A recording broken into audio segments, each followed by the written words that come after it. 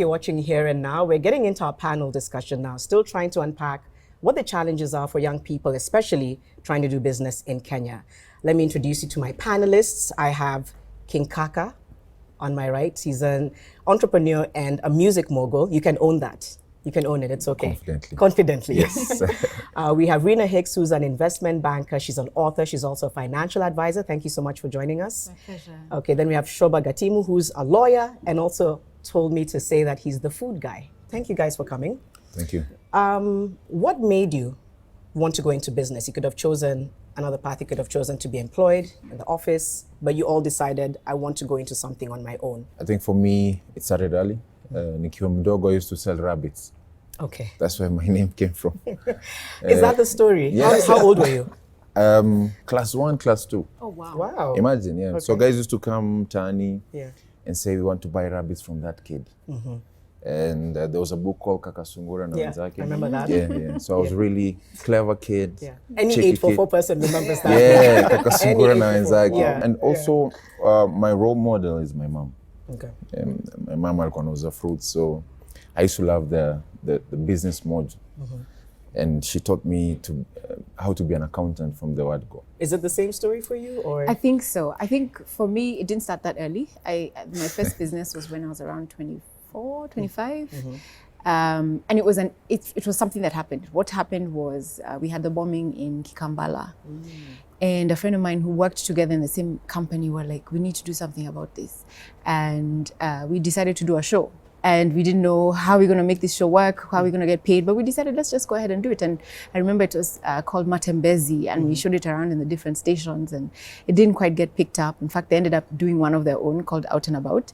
So we went and saw Kenya Airways and said, look, this is a show we think you guys can have in your in-flight entertainment. And it was fantastic. So it was a need that drove us to do it. And then later on, getting into what I do now, which is now on the side consulting, where I spend 60% of my time at FIDA Investment Bank, and the rest of the time is consulting, one-on-one coaching and training. And again, it's passion. Yeah. The passion to see Africans, Kenyans become financially literate and find solutions for themselves, and to be able to empower themselves economically. So it's out of passion, out of seeing a need. My entire family are entrepreneurs. My grandfather was an entrepreneur. So it was something that was bound to happen. Yes. And what about for you, Shoba? One thing I came to learn much later in life is that for you to get into any business, you need to either fulfill a need or solve a problem. Those are just the basic tenets of business. When I decided to get into food, because that's what a lot of people know me for, I asked myself a simple need. Where do all these people in Hurlingham, Kilimani, Kileleshwa, Lavington and Ngong Road, where do they eat? You cannot survive on fast foods every day. If you're an office person, nahitaji sembe, chapo hapa, maini pale. So for me, that was what drove me. And I'm glad that the need that I saw was fulfilled. Yeah. But that was also clever because you tapped into, there's a need, so I want to meet the need, as opposed to it's not that it's bad to say I have this amazing idea, but sometimes it's good to lean it towards, there's this gap and I want to fill it. The thing is, a person who goes out to look for money rarely gets money. A person who goes to solve a problem will get the money somehow.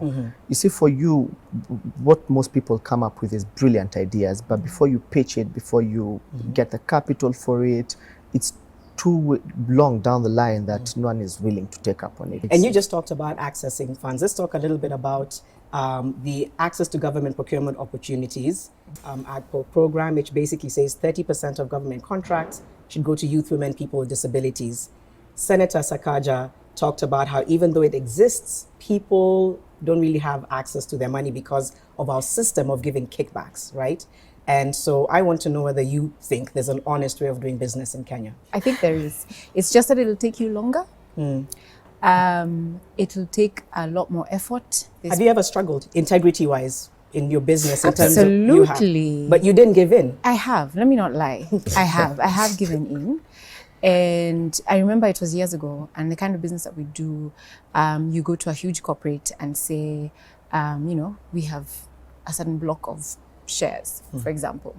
And you'll find the head of the chief investment officer will look at you and say, yeah, sure, but what's my commission? And initially, that's how it has been. which is quite unfortunate. And the thing is that if you don't give the money, you just don't get the job. Yeah. And so you find your turnover slowly shrinking as your competitors are slowly going up in turnover because they're doing something about it. The kickback. And so it's very challenging to do business in my sector. And I'm sure it's everywhere. But what happens is if you just say, look, I'm not going to do anything, the challenge then becomes you just grow a lot slower. But the point is that it is possible to, especially if you have a product that is, or a service that is unique, you have a niche, you have an offering that is over and above what other people are doing, and you just generally have excellence, then you should be able to survive. A lot of young people hearing you say that will be like, there's no way I'm going to wait. Because we do have this mentality, it's not across the board, but a lot of the time for younger people, it's how do I get mine now? I don't want to have to wait until my product grows into something amazing. So what do you then say to someone like that who's saying, I don't have time to wait until I perfect this. I want to be able to grow this immediately. I think the problem with millennials is they want things now. They see King Kaka, they don't know where my journey started, and even if I tell them, they will not get it. You have to experience it. That's the beauty of business. And I always tell people, embrace failure, because most of them, they're afraid even to start. They feel the risk is too much. I started young, and I knew the economics of 1 + 1 is 2.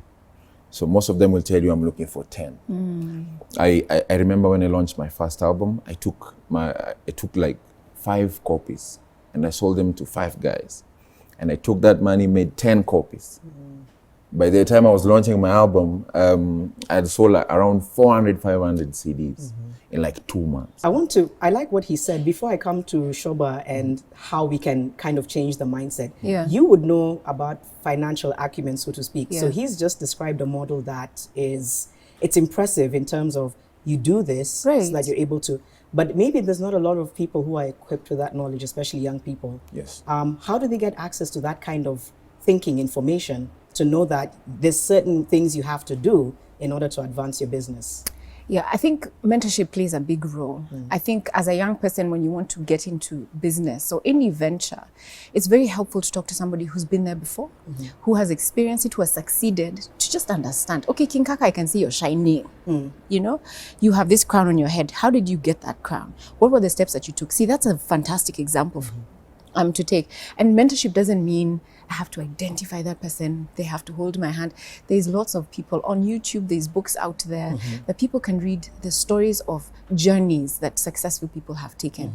The other thing, to just go back to how would a young person wait, the fact is that this model of kickbacks is not sustainable.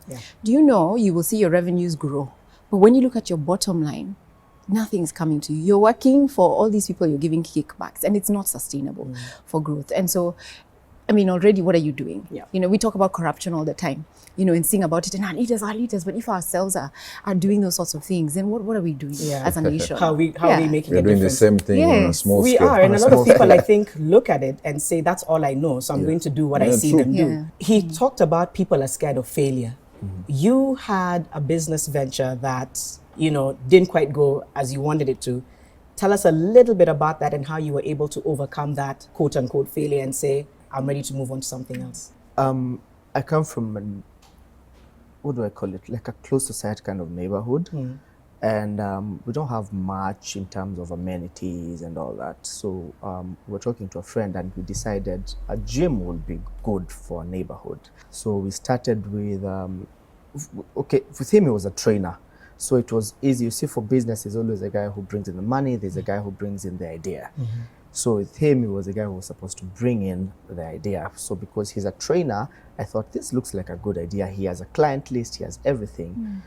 And I told him equipment is expensive, gym equipment. He said, no, it's a dojo, because he's a martial arts guy. So he said it's a dojo, so it's basically placemats, whatnot. Like, okay, this would work. So we put in money into that. And I tell them, since I don't have the money now to pay you, how about you be taking a percentage of the what do you call them, the subscription for the clients and whatnot, pay the other trainers and whatnot. And it went okay for some time. until I came to Nairobi. This was try in and set up- Mombasa. Yeah, that was in Mombasa. Until I came to Nairobi trying to put together the food business. And all of a sudden you try to make up calls to follow up. Ni aja, hakuna hii wiki hakuna Hujarusha kitu. pesa, hakuna confirmed. Jarusha kakili. And you start stories after stories after stories. And then all of a sudden sasa ushikiwi simu. And this is supposed to be your business partner? Yes, this is Okay. supposed to be a business partner. Yeah. And I remember one time I just decided to do a surprise thing, and I met a friend of mine who also I had convinced to come because we're in the same hood. And he asked me, "Hey Buddha, kwani mlifunga?" I'm like, what do you mean kwani mlifunga? He's like, "Nimekuja hapa kama wiki mzima, no one is opening the doors." Like, okay. I called this guy and I found out this guy flew out. Jamaa alienda Dubai. Oh my gosh. To set up the business there? I don't know where he went for, but Yeah. I go on WhatsApp Wow. and I see the guy. Myself is Dubai at Dubai. International. So he set up a business I think to get that revenue to stream. get the revenue stream. Yeah. It seems like everyone in Kenya has a side hustle. Is that a good thing or a bad thing? I had one, by the way. I was a news anchor who tried to start a fashion label, which I think could have gone really well. But I think I needed, you're about to ask a very mean question. Unless it's a good question, don't ask it. No, I just wanted to know what happened. I think it's a combination of, I figured, hey, I can use some of the money I'm making because it's a salary and invest it to get a good designer and tailor, and then it can run itself. Yeah. Yeah. So I think part of just not managing or even understanding, it's been years now, and even though there's certain businesses I go into, I just think I didn't ask enough and I assumed a lot. I think that's what happened. So then I got so many orders, but I couldn't keep up. So I closed shop, but I'll be back. But you see, the thing is, when I got into food in a very unorthodox way. I was just hanging out with some friends, and a Friday afternoon, and one of them goes like, "Niaje, si tulete your food, tulete your food in the office." Like, that sounds like a plan. So I put out a tweet, said, "I'm taking orders, starting delivery on Monday." That's Friday afternoon. By 10 p.m. I had 30 orders, about 30 or so orders. By Sunday, I had 85 orders. Now I got into a logistical nightmare because my kitchen was not designed for anything over 20, 30 orders. Secondly, you don't want to get into a business and start turning down people on day one because you look like a joker. You look like you know what you're doing. Yeah. So I had to figure out between Friday and Sunday how to get that food on Monday. Okay. I'm telling you, by Sunday, we spent the whole night with some friends. I said, no, that's the other thing I hadn't thought about. Like, who will I bring on board to help me in the There was no kitchen? business plan. There was no and I think at business some plan. point we'll get some information from Nina on that. But did you have a job and that was your side hustle? No. Okay, by this time you didn't have what? At that The time, I dojo didn't have a was job. not- Okay. I was the just going through savings. Oh, you're right. just trying to figure things out, because at that time I just gone through the gym business and everything. So I was trying to figure myself out. I knew I wanted to be in the food space. I just didn't know how. Okay. And I didn't know who to ask. Yeah. I think for me, it's if you decide to roll out a business, efficiency. For if I give you good service to my consumer, I know most definitely you'll come back, and I'll get like that organic marketing. Yeah. You'll say, "Emaze food yule mse ni nice," Yeah. and you'll tell your friend without me telling you to tell your friend. Yeah. So every business that I've launched, I make sure that that's my plan A. That efficiency in terms of service delivery is number one. Yeah. And even if I have an idea now, I would wait for a year so that whatever I have now is good enough and it's running by itself. I think the beauty of planning is I like setting dates. I would come up with an idea now and say, next year, May, is when I launch this business. I'm that patient. I'm really patient.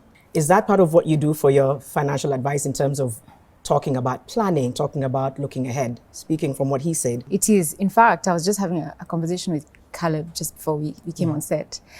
And he asked me, are Kenyans gamblers or are they entrepreneurs? And I was like, And then he said, you have to do business with data. Yeah. How do you just launch a business without knowing how many orders am I going to get? I loved that conversation because he was so true. He was so correct. Like, you can't just start something without understanding where's my market? How big is it? Who am I going to supply to? Who else is supplying? What's my competition like? And just sort of getting an understanding. I think that's where the planning comes in. An entrepreneur needs to understand their market, understand who their customers are with clarity, because otherwise investors will not want to have anything to do with that business. Because seeing ahead is critical in being able to grow your business to that next level. Let's talk a little bit about entertainment business for a bit. So is there money in entertainment though? A lot of money. Okay. And he leaves it there. Tell us then how maybe we should be in entertainment. I know, right? But yeah, tell us a little bit about that, because it's the dream, and that's why people look at entertainers as, One, there's a lot of money, but the systems are not in place. Okay. You've seen artists protesting. MCSK. Where's our money? And they're collecting money every day. Every day. Try play Kenyan music outside right here. Yeah. They'll arrest you. But the artists ask them when was the last time you got paid? Can't remember. Okay. And if they pay you, they'll pay you peanuts. I feel also the government should intervene. We have entertainers in parliament. I feel they should represent us. I don't want to sound like serikali saidie. And it goes back to systems. Back to working. systems. If we don't have the right policy or the follow through on policy and implementation, I feel like it makes it difficult. And this is where we do have to hold leaders accountable, even though the ideal would also be, let's come together, but let's also push for them to implement. So last week, one of our panelists, Mariga, said, the youth of this country have grown up in a land of broken dreams and have not seen a Kenya that is working. So how do we change that feeling, especially for young people who genuinely feel like there's a lot of things that are not working? My opinion is even if there's a problem and we're looking for a solution, that's the only way we'll work around it. Instead of just young people sitting and saying, the system is bad, the system is bad. There's something good in the system. Identify what's working and run with it. So put yourself out there and find the good in the system. Yes. The same system that a lot of people say is working against you, find the good in it. Yes. But very quickly, what tangible ways can government actually intervene? I recommend the president. Many times he has talked about this issue, the entertainment issue and arts. But the law is the law. I feel like the law should be there and it should be practiced, because that's the only way. Like I said, I might be an acrobat, but a big time acrobat, and you're a small time acrobat. Even though the only thing that will keep us in one space is law. We've heard a lot about planning, about being ambitious, proactive, and about learning what can work in your favor, and just a ton of interesting ideas, I think, from this panel on just how to do business in Kenya. And I'll say a little bit more in my final thought later on as well. But we'll still come back with them and talk about other issues that we've been following on social media. So stay with us, we'll be right back. Welcome back to the final part of Here and Now. We've mentioned government a lot, systems. Let's talk about Nyayo House, which has been making news over the last few days. Citizens trying to, beat that deadline for their e-passport, but, lining up at 3 a.m. There's a story that someone told me about his friend who went at 3 and found a queue. So the next day she went at 2 a.m. and still found a few people. Wow. And for me, I even put up a tweet just saying it sometimes you just get the sense that you're being subjected from inconvenience to inconvenience, because somebody having to come at 3 a.m. with their children, trying to get something that's a right, I think is so deeply frustrating. What are your comments on what's been happening around this e-passport? I think the issue there is communication. Right. Exactly. Because the government did not say that after August 31st, you cannot get a new passport. And yet that's what a lot of people are fearing. That after August 31st, by the way, if you're a Kenyan, you cannot have a passport.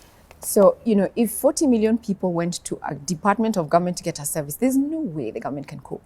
So I think the issue with government there is that they did not communicate it well, that we have a deadline, and this deadline is with reference to you using your old passports. However, you can still, after the 31st of August, because these guys are not all traveling you in can't October. tell me all those people are they're traveling. not. So it's the communication that was the issue. There's a big communication gap, but there's also, do you feel also just bits about how this is executed? It's going right back to, Huduma number as well.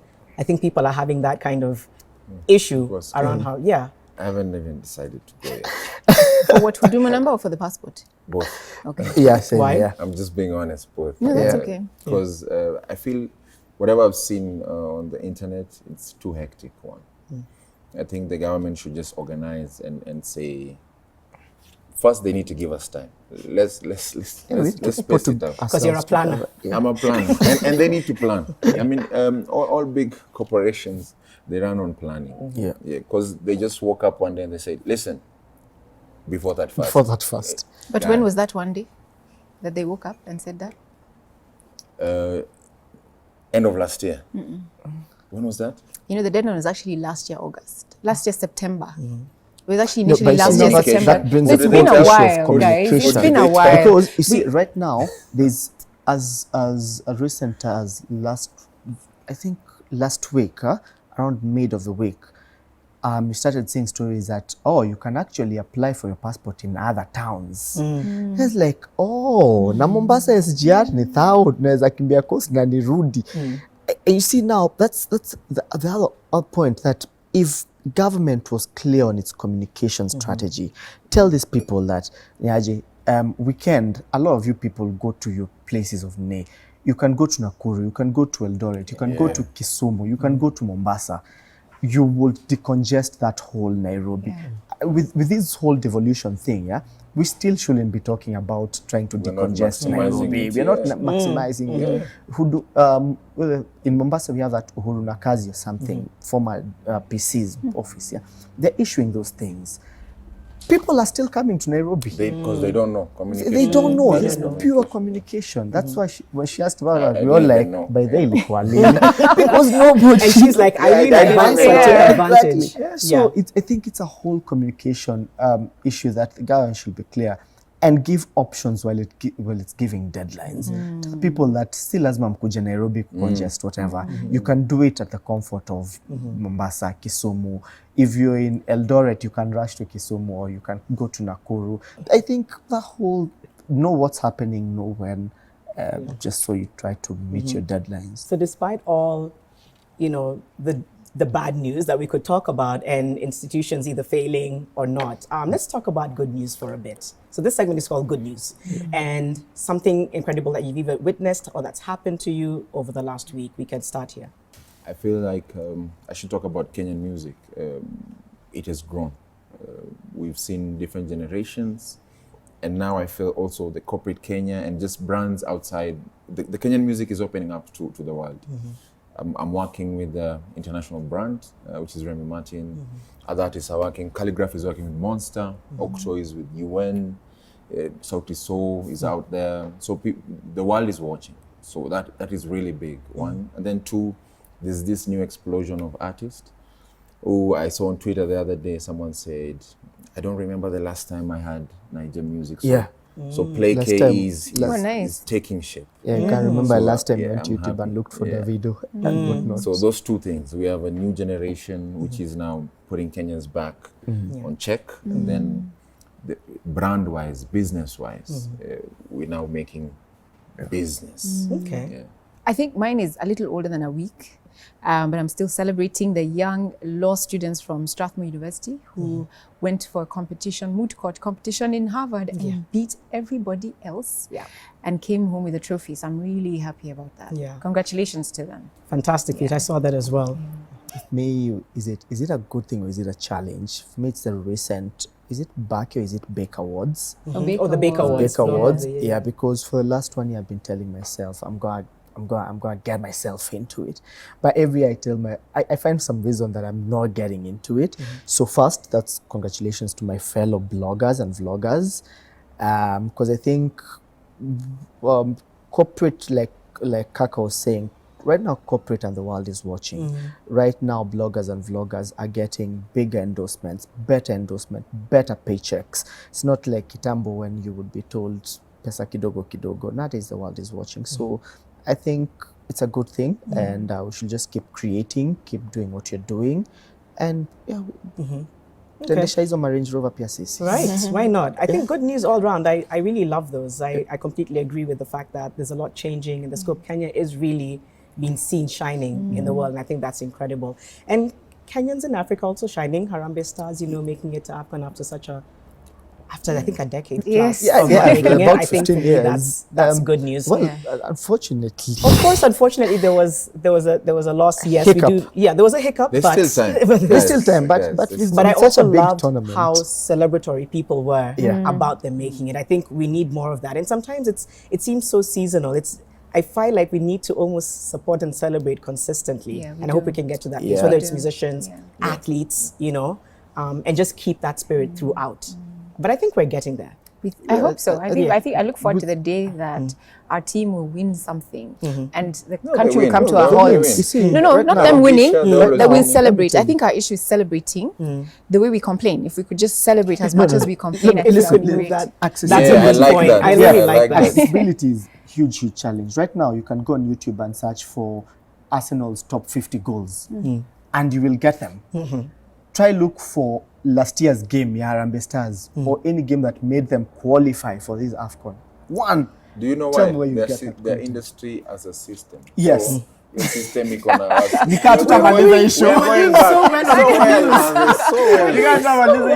No, Because it's an but you see, industry, that's- so your industry that's may the create thing, also yeah. could shoot That's the thing. and I think but let's when stop she there. says Let's we need just to celebrate.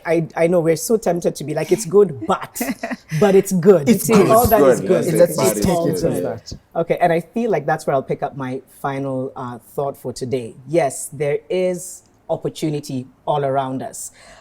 You can look at a problem that you can solve around you, and one of our panelists say that very clearly, and then find a way to scale. So these opportunities exist.